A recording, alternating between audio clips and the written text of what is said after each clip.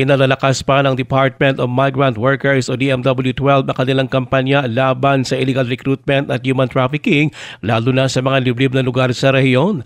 Ayon kay DMW-12 Regional Director Samsudin Lintungan, ginagawa nila ito sa pamamagitan ng kanilang serbisyo at information caravan.